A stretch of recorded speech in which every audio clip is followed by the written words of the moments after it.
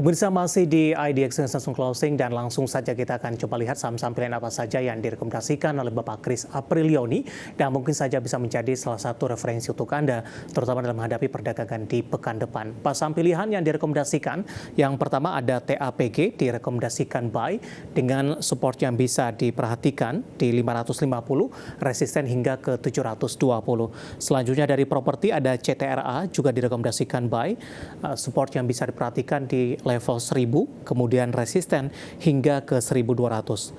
Yang ketiga ada Medco, tadi pun juga sempat kita ulas sebenarnya dengan level support yang bisa diperhatikan di 1530, sementara resistennya masih cukup lebar di 1800 untuk Medco. Dan selanjutnya ada Adaro Mineral atau ADMR dengan support yang bisa diperhatikan di 1400, resisten hingga ke 1800. TAPG, CTRA, Medco, dan juga Adaro Mineral, 4 saham pilihan yang direkomendasikan dan lagi-lagi keputusan investasi tetap ada di tangan pemirsa IDX Channel. Kita lanjutkan kembali perbincangan bersama dengan Bapak Kris Aprilioni, Branch Manager Jasa Utama Kapital Sekuritas. Pak Kris, 4 saham pilihan yang Anda rekomendasikan, langsung saja kita ke TAPG terlebih dahulu Pak Kris, analisisnya terutama dari sisi teknikal, sehingga TAPG masuk ke dalam salah satu saham pilihan Anda. Ya, TAPG secara teknikal cukup menarik ya, belakangan mengalami sideways di area 500, sekarang juga kembali sideways di area 540 sampai 580. Cuma yang kita perhatikan TAPG CPO ya, di mana CPO belum bergerak. Terus juga TAPG ini masuk ke dalam carbon trading juga, nanti akan diuntungkan karena mempunyai lahan yang cukup luas ya hutannya.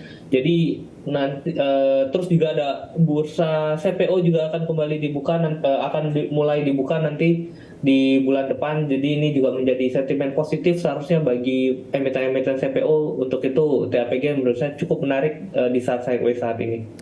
Baik, target Anda tadi ke 700 Pak Kris, namun dalam beberapa waktu terakhir TAPG tampaknya cukup sulit untuk menembus di atas level 600-an Pak.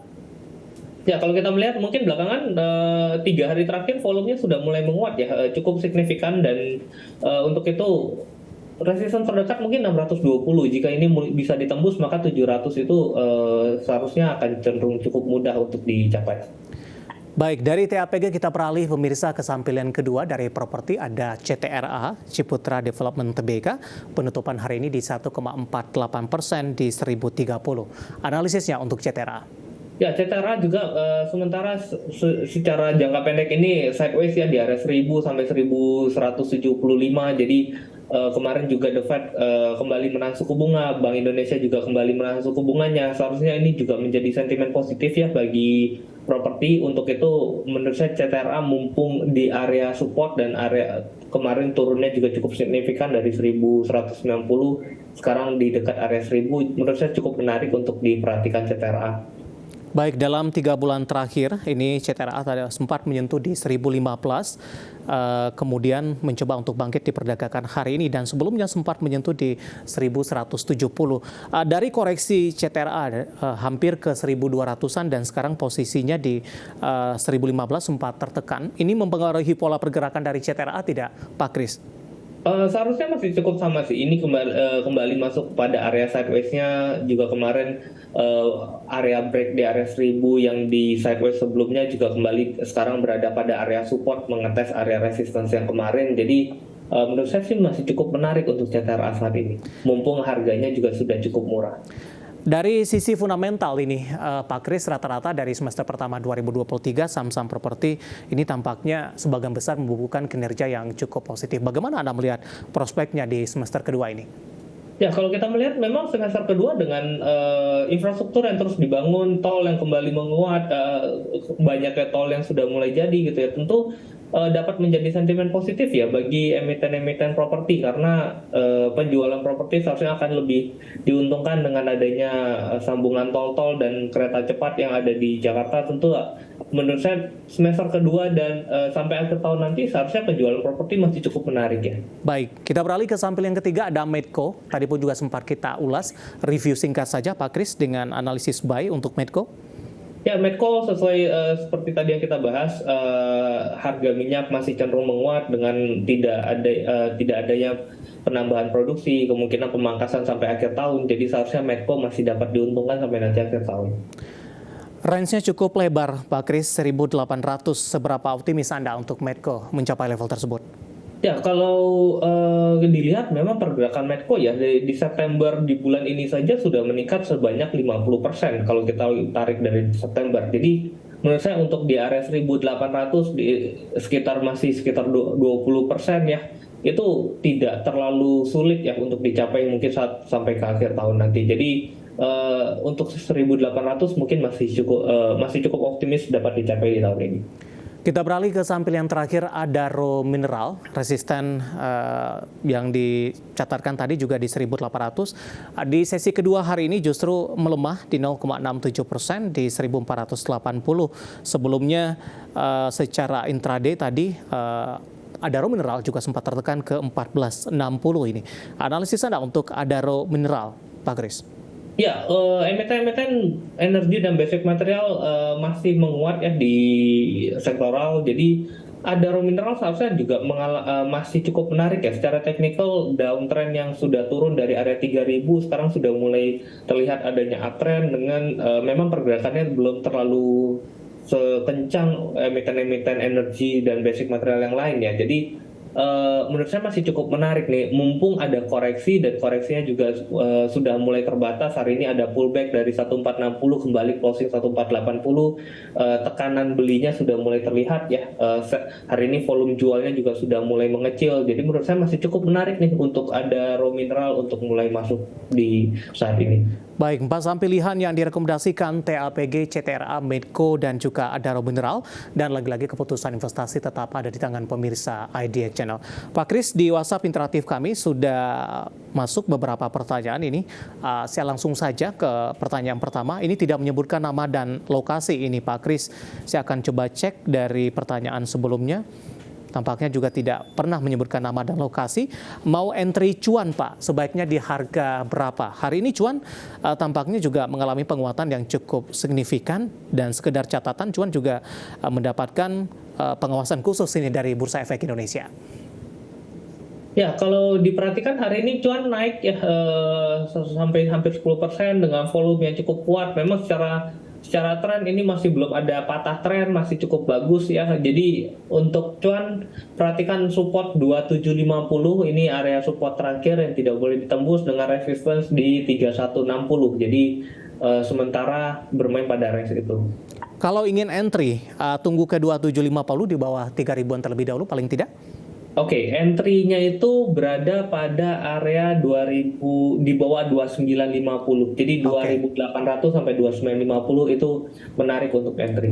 Baik, tidak menyebutkan nama dan lokasi untuk entry cuan dan lagi-lagi keputusan investasi tetap ada di tangan pemirsa IDX Channel.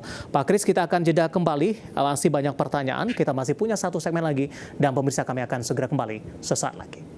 Kita sudah sampai di segmen terakhir dan terima kasih juga untuk Anda yang masih bergabung bersama dengan kami. Pak Kris, kita lanjutkan kembali menanyakan saham BRMS. Pak Kris, ada 2 penanya, saya akan coba cek terlebih dahulu. Yang pertama ini tampaknya juga tidak menyebutkan nama dan lokasi. Menanyakan BRMS apa bisa balik ke harga 260, Pak Kris? Penutupan hari ini di 218 menguat di 4,18%. Pertanyaan selanjutnya juga menanyakan BRMS tapi lebih ke arah rekomendasinya. Ada Ibu Hanifah di Jakarta. Terima kasih juga sudah bergabung bersama dengan kami. BRMS, Pak Kris, analisisnya?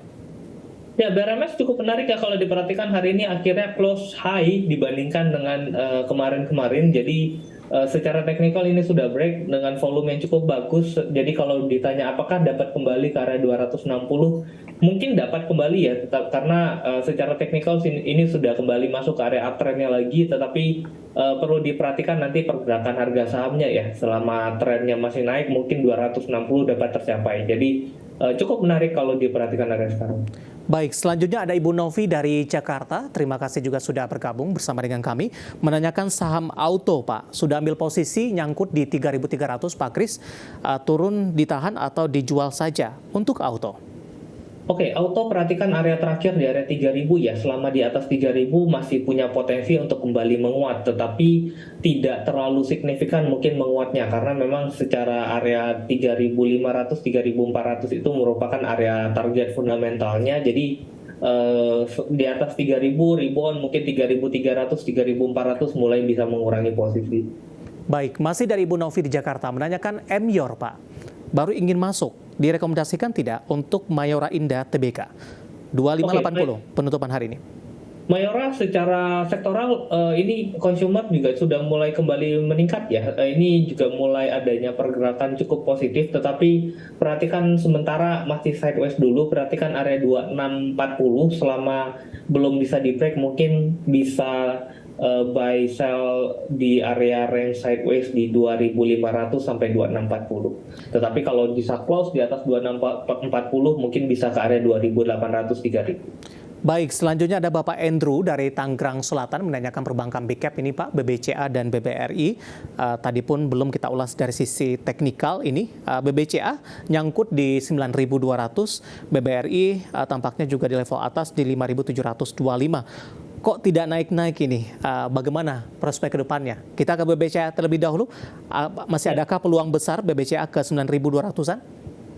Ya, sebenarnya secara fundamental memang BCA berada pada PBV dekat area 5 itu merupakan area peak-nya ya biasanya gitu. Jadi sementara ini BCA sideways di area 9.000 sampai 9.300. Jadi sementara kalau memang mau trade lah di buy di area dekat area 9.000, di 9.200, 9.300 mulai mengurangi posisi karena walau bagaimanapun secara valuasi ini kalau kita bilang nggak murah-murah juga seperti itu. Baik, BBRI juga nyangkut nih Pak di 5.700-an.